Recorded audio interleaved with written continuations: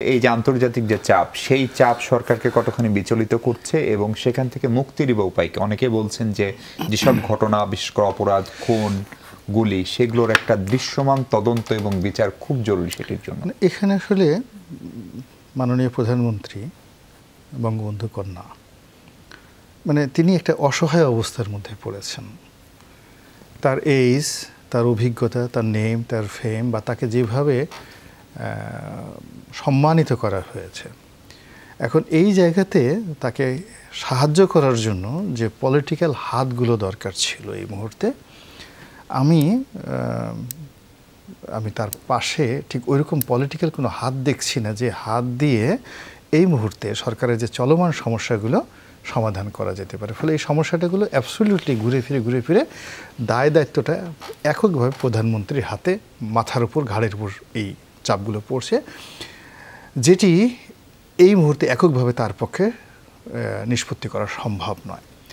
ফলে এখন যেভাবে চলছে, মানে ধরুন জনাব কাউসার যেভাবে কথা বলছেন, ওবায়দুল কাদের যেভাবে কথা বলছেন, নেতারা সব কথার একটা ডাইরেক্ট গোল হলো যে যতদিন পর্যন্ত বঙ্গবন্ধু কন্যা আছেন আমরা চোখ বুজে নিশ্চিত থাকতে পারি।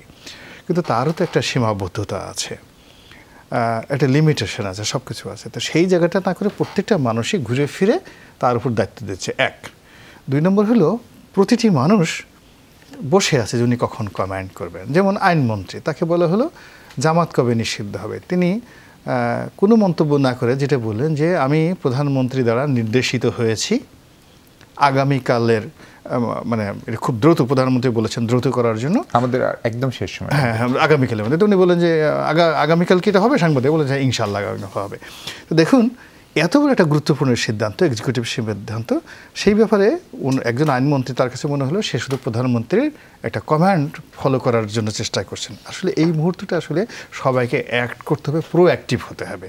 তো সরকারের মধ্যে আমলাতন্ত্রে, মিলিটারি সার্ভিসে, পুলিশ সার্ভিসে, রাজনৈতিক দলগুলোর মধ্যে প্রোঅ্যাক্টিভ লোক আমি দেখছি না, যেটা প্রধানমন্ত্রীর হাতটাকে শক্তিশালী করতে পারে। বরং যারা আছে তাদের কর্মকাণ্ড দ্বারা, কথাবার্তা দ্বারা, এই যেমন প্রধানমন্ত্রী বলে দিয়েছেন অনেক মন্ত্রী প্রতিমা দেখলাম যে তাদের তোমাদের জবানে লাগাম টানো, জবানে লাগাম কথা না বলার জন্য। অর্থাৎ মানে তিনি প্রধানমন্ত্রীর আশেপাশের লোকের কথা দ্বারা, বক্তব্য দ্বারা উপকৃত হবেন, তা না করে উল্টে ফেলে তাদের জবানে তালা মারতে হচ্ছে প্রধানমন্ত্রীকে। তা বুঝতে পারছেন ব্যাপারটা সে কতটা অসহায়ের মধ্যে আছে। তার ফলে সমস্যাটা সমাধান হবে না, বরং বাড়বে।